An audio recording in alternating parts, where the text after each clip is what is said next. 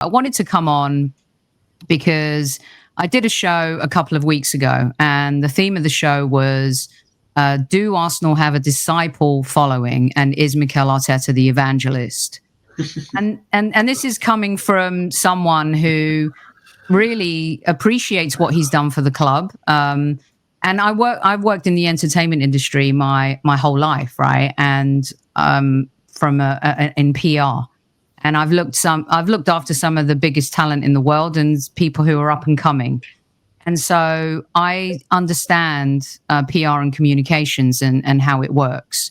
And I've had to promote dog shit movies, and then also had the pleasure of working on some of the biggest movies, of all time. And I also am, I think, a reasonable fan, and I appreciate what Mikel has done. We were on our knees when he came in, and we had no culture. We had a player, Paul, that was apathetic, that really didn't care. Fans lost interest, and he gets all the credit. But there's also a lot of other people that were part of that process that rebuilt Arsenal 2.0, right? But when you're in front of the camera and you're the one doing all the PR, you get all of the credit for it.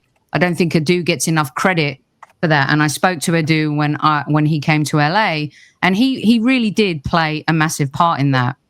And I just started feeling this season, especially, as you know, Dan, I was not an early adopter. Super Kev always used to yell at me, Soph, it's the players, it's the players, it's the players. And I was like, I just don't see it, Kev. And then, of course, you challenge for the title in an improbable year. You then, last season, should have won the title, right? We don't like being the hunted. We like being the hunter. When the spotlight's on us, we melt mentally. And that's still a fact about this Arsenal. And this is a culture that we've developed that we haven't really shaken off yet. Why do we crumble when the spotlight is on us? And it was the Real Madrid to PSG thing that really got me thinking. When we played Real Madrid, there was no hype. There were no hype videos. There was none of that stuff. We just went out and played them. Nobody thought that we would beat them. There was this vibe of, we're playing the Kings of Europe. Whatever happens, happens. And we smashed them. But then the Arsenal machine kicked in on PSG, and you had the hype videos. You had Mikel Arteta doing a video. You had the club doing this. You had the club doing that. And we were lauded as favourites. And I'm like, how is that happening? Has anyone seen PSG play football this season? And it got me thinking from the North London Forever song, which I've never really loved, in that the club are manufacturing experiences and manufacturing feelings and manufacturing aura, and kind of have taken away the voice of the fans who create that organically. And I felt like the atmosphere at the Emirates kind of died when Ashburton Army, whatever happened there, it doesn't matter what happened. They get a lot of credit and should get a lot of credit for the atmosphere at the Emirates, but Mikel gets all of the credit. And it's always felt like when we're doing well, he gets the credit. When we don't do well, it's the players. And so that's when I wanted to do the show about, is there a disciple following? Is he the evangelist? And has the power that he's been given, because you see this in society, it's not just about sports, but especially in sports, when a coach or a manager has been given so much power, they develop this following that becomes bigger than the actual sports team itself. And I'm not here to be a hater. I'm not here to shit on what Mikel has done. I just thought it was a very interesting conversation in that some Arsenal fans protect Arteta FC versus Arsenal FC. And so I did the show, The Disciple Evangelist, and then Harry listened to it, and he was like, I thought that was really interesting. Can you come on the show and talk about it? And I went on Harry's show and talked about it, and it just went on from there. Can I just also add to that the same fans who are criticizing fans for questioning Mikel Arteta are the same fans who did not give Emery any of that time. And this is why it all kind of culminated with me in that, hold on a second. So I'm actually have been a supporter of him for the last 3 seasons, and I'm getting attacked because I'm questioning how we've strategically gone about our business this season, how we have absolutely had no preparedness for the lack of injuries. So when we don't sign someone, it's the Kroenke's fault. But the same people who say you've spent 850 million and he's been integral in those decision makings. He chose Calafiori, he chose Marino. You can't question that. And I come from the point of view of you can support something and still question it and criticize it. And these people that really at the end hounded out Wenger, hounded out Emery, and I know for a fact, and I don't like saying this out loud, but I'm going to, but someone who's very close to Emery, who I have a lot of respect for, the only freaking European final he didn't win was with Arsenal. Why? Because we have a culture problem, right? And Emery didn't get the support. He got a smidgen of the support that Arteta has gotten. And he knew he was going to lose that final. Why? Because there was a cancer in the dressing room. There was a clique that had built. Ozil was the club and became the club.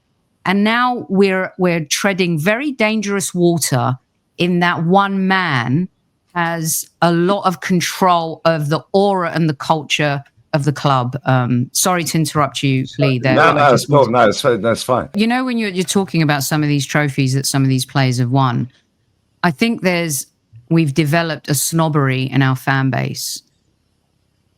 As far as I remember, and my brother Kenny here will attest to this, and DJ too, is growing up, the FA Cup was everything. The League Cup was everything. You look at Crystal Palace. I know it's their first trophy, but it's a beautiful story in football this season. And the League Cup, seeing Newcastle win, if we'd have gotten to that final, to play a final in the last week of February or the first week of March, these players don't know what it feels like to win together. There's no winning culture. There's a culture, but there's no winning culture. They have no idea what that feels like. They can beat Man City 5-1 and they can beat Real Madrid 5-1, but they don't know what it feels like to touch something and lift it above their heads. And even when I'm playing snooker or darts with my mates, I want to beat them, right? So you imagine these players who are professionals, if it feels like this to win the League Cup, bloody hell, what does it feel like to win the Premier League or the Champions League? And as much as Mikel's tried to transmit that, it happened very early in his tenure, and the domestic trophies have been a disaster since. And you look at the semi-finals and the amount of goals we scored, they've not been great since. So to me, it feels like we're shooting for the moon before we land on the stars. It's all about the Premier League and the Champions League. But why not start somewhere, right? Look at Man United. Man United could win, you guys can correct me if I'm wrong, 3 trophies in the last 3 years tomorrow night. And they've had a disastrous time in the Premier League. And I said to someone, I'm like, okay, we finished second. Nobody remembers that. No. I will remember being in a Europa League final. I don't care what anyone says. It doesn't mean I want to be in the Europa League final. It just means like you're in a European final, right? And so if they win, they've had a more successful season than us. No one's going to remember second. They will remember the trophy in the cabinet. That's it. That's it. Do you know what it is? Sorry, DJ. Can I just say this one thing and I'll let you go? Sorry. Do you know what it also is, yeah? You got players like Bukayo Saka. Bukayo Saka's our star boy. He's an unbelievable player, yeah? Great footballer, yeah? Every single player in the England squad has won something apart from the goalkeeper, I think. Even Eze's now won. Gordon's won something. Kane's now won something. Every single player in midfield has won something. Pretty much. Rice. Rice. Declan Rice. Now you've got Saliba. He's going off to France. You're seeing Mbappe, Mendy, Camavinga, Tchouameni. Yeah, these players are all in group chats with each other. Yeah, now the Brazilian lads are going off and seeing Rodrigo. They're seeing Militao. Yeah, they're seeing Vinicius Jr. Yeah, these players want to win. And Saliba's face at the end of that game, Jesus Christ. Yeah, that's a guy that don't want to be there. Yeah, because he was disrespected by this manager in the first place when we were playing Kolasinac, El Neni. Even El Neni, by the way, has won something since he's left this football club. Yeah, he's won a trophy since he's left, by the way. And we were fast-tracking him to be a coach, apparently. That's why we kept him another year. Every single player that leaves this club wins something. Now they're mates with players that win something. They're national team players with mates that win something. And now, Bukayo Saka has been to 2 Euro finals. Yeah, he's been to a World Cup semi, I think it is. Yeah, he's bottled a top 4 in the team that bottled it. He's bottled 2 titles in that team. Yeah, and nowhere near this season. Now he's seeing Harry Kane win his first trophy. He's halfway, well, not halfway, maybe he's a third of the way to becoming our Harry Kane. He's going to look around at some point and go, well, I don't want to be this. I know he's won an FA Cup, but in his head, he probably don't think he won that FA Cup. He didn't play in the final or the semi. When's enough for these players? He's going to see Jude Bellingham, and he's won 5 trophies in 2 years. Firstly, it's the experience, right? It's the experience to get to a final, to know what it tastes like and know what it feels. And they haven't done this together even. Okay, you could say if we got to the League Cup and lost it, they would feel that pain, right? Tony Robbins, his whole thing is sell the pain, provide the solution. We have pain, but the solution doesn't match up to the experience of that pain, i.e. you finish second, you get kicked out of a quarterfinal, you get kicked out of a semi-final. Being in a final and losing, the pain is exponentially much worse than losing out beforehand. And you learn more in those moments. Can I ask, because DJ and Christian, I want to bring you in. I want to try and look at this summer, because otherwise we're just going to talk all about a lot of the season just gone, which I'm sick of, if I'm honest. It's going to get worse tomorrow night, Dan. Yeah, I know. It's going to get a lot worse when Gyökeres goes to Man United. Don't, please, Soph, don't.